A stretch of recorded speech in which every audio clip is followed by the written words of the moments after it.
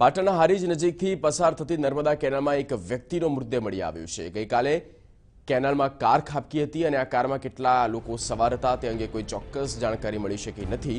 સ્થાનિક તરવૈયાઓએ શોધખોળ કર્યા બાદ અમદાવાદથી ગોતાખોરોની ટીમ પાટણ પહોંચી। કલાકોની શોધખોળ બાદ એક વ્યક્તિનો મૃતદેહ મળી આવ્યો।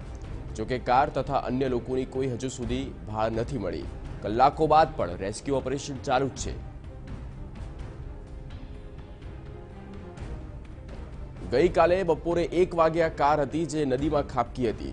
ત્યારથી લઈને અનેકો ટીમ જે છે તે ભારે જહેમત કરી રહી છે। તમામ સ્થાનિકો તરવૈયાઓ ફાયર બ્રિગેડની ટીમ પણ બોલાવવામાં આવી છે, પરંતુ કોઈ સફળતા નથી મળી। એક વ્યક્તિનો મૃતદેહ મળી આવ્યો છે। કાર કેનાલમાં ખાબકી હતી। ભારે શોધખોળ ચાલી રહી છે। લોકોનો જમાવડો થઈ ગયો છે। લોકોમાં પણ એક કુતૂહલ છે અને એ જ સૌ કોઈ વિચારી રહ્યા છે કે આખરે આટલો સમય વીતી ગયો, હજી પણ શા માટે તેની ભાળ નથી મળી શકી, શા માટે તમામ ટીમ ત્યાં સુધી નથી પહોંચી શકી। અનિલ પટેલ સંવાદદાતા ફોન લાઈન પર જોડાઈ ચૂક્યા। સુનિલ પટેલ સંવાદદાતા ફોન લાઈન પર જોડાઈ ચૂક્યા છે। સુનિલ, કેનાલમાંથી જ્યાં કાર ખાબકી અને તેને લઈને 24 કલાક જેટલો સમય થવા આવી રહ્યો છે, અત્યાર સુધીમાં શું શું સામે આવ્યું છે, પૂરી અપડેટ। જગદીશ, કહી શકાય તો 24 કલાકના રેસ્ક્યુ ઓપરેશન બાદ આજે કેનાલમાં કાર ખાબકી હતી ગઈકાલે આજે મળી આવી છે।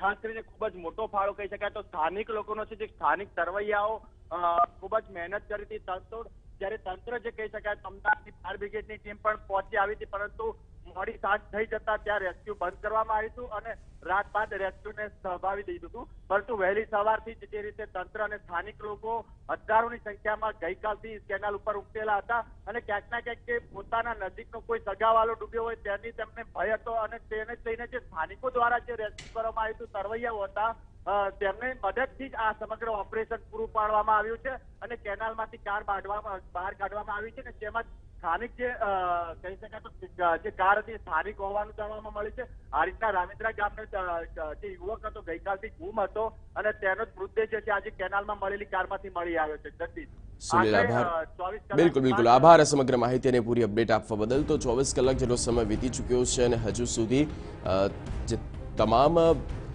લોકો સુધી, જે તમામ તરવૈયાઓ જે છે તેમના સુધી નથી પહોંચી શક્યા। માત્ર એક મૃતદેહ જે છે તેને બહાર કાઢવામાં આવ્યો છે। હજી પણ આ કામગીરી ચાલુ છે।